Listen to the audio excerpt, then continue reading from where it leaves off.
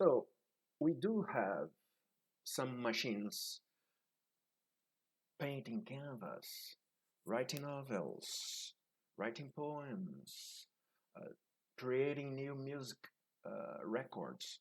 So what's the impact of that in the people's life? Meaning, in one hand, we do have a greater offer of creative products and services, let's say this way.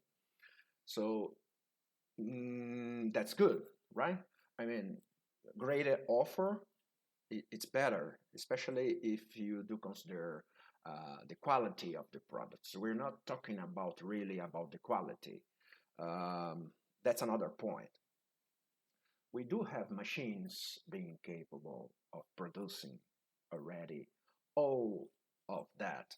And I would like to read this passage that give us some examples in how advanced such machines are already achieved. So here we go. Some authors have been presenting machines capable of value generation through creative art production, technical writing, scientific discovery, and patents copyrights. For instance, machines that paint, write novels and poems, compose music, and act as architects that write down journalistic news, scientific papers, and abstracts, fill patent application forms that promote scientific discovery and develop patentable, copyrightable material. In each of these activities, such machines are creating new economic value, mostly in an autonomous and creative manner. I would like to make clear here that in this passage, taken from one of my papers, it's you can find like four references for each of these examples. For example, the ones I like the most, machines that promote scientific discovery. One, two, three, four, five, six authors are cited here. Machines that develop patentable, copyrightable material. One, two, three, four authors that are giving examples of this already happening. So that's quite important to stress here that I'm not talking about potential future is already happening, right? Of course, we could try to talk about uh, social bots, meaning artificial communicative agents, artificial economic agents, or even artificial political agents that can do incredible things already into the internet while socializing with humans without being exactly totally autonomous nor creative. I mean, you could say that, for example, ChatGPT or the OpenAI chatbot or the Bard, Google's chatbot, we could discuss how creative are them, how autonomous and independent from humans are them. Well, they are probably not. They are actually based in all that the humans have created, reorganizing, rearranging human stuff. Of course, in a spectacular way, meaning that what those machines are achieving are already so good that sometimes a human cannot tell that it was written or said by a robot and not by another human. In this sense, if we remind the Turing test, Alan Turing tests as imitation game, then we could say those machines are already performing well enough to pass the Turing test, right? Actually, my last article, I have submitted my last article to a journal. I'm dealing with, I did an analysis about how the chatbot, chat, chat GPT, uh, was, how this machine performed doing economic research in a specific theme that I have presented to him. For example, I asked the Open AI chatbot to write about the high Pyrenees and Aran region economic issues, and then I asked it to write also about the regional economic regional institute that is here to promote economic development.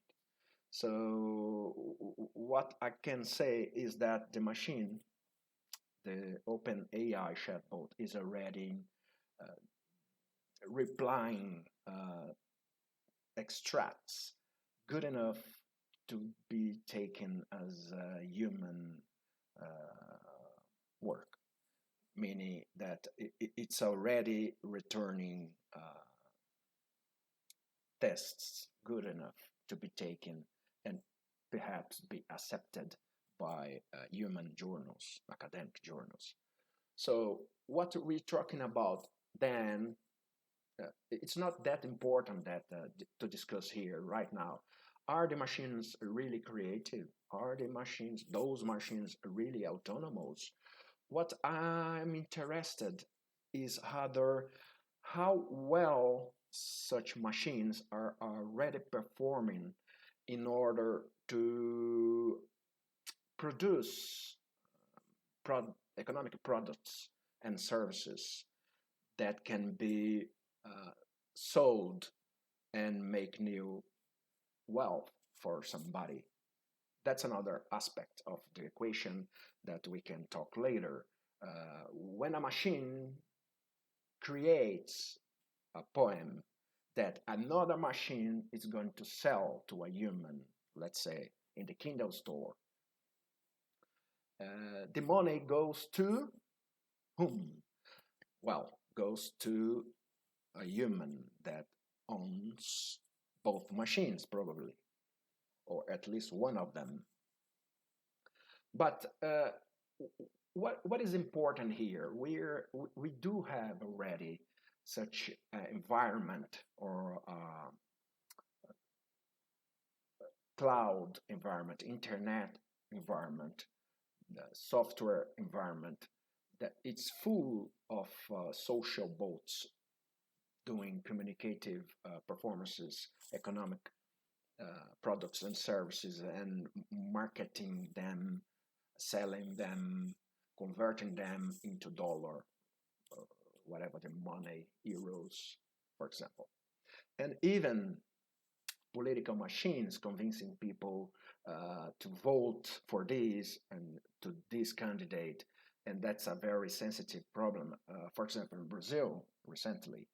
So it's not only machines that create fake news, not to mention the deep fake news. So machines creating videos with persons that never said that, that never been that never filmed that. So fake, perfect videos, fake news, machines that are enacting as journalists for the benefit and benefit of some and prejudice of others. So it's quite. I'm here quite interested in both aspects: communicative, economic, and political, of course.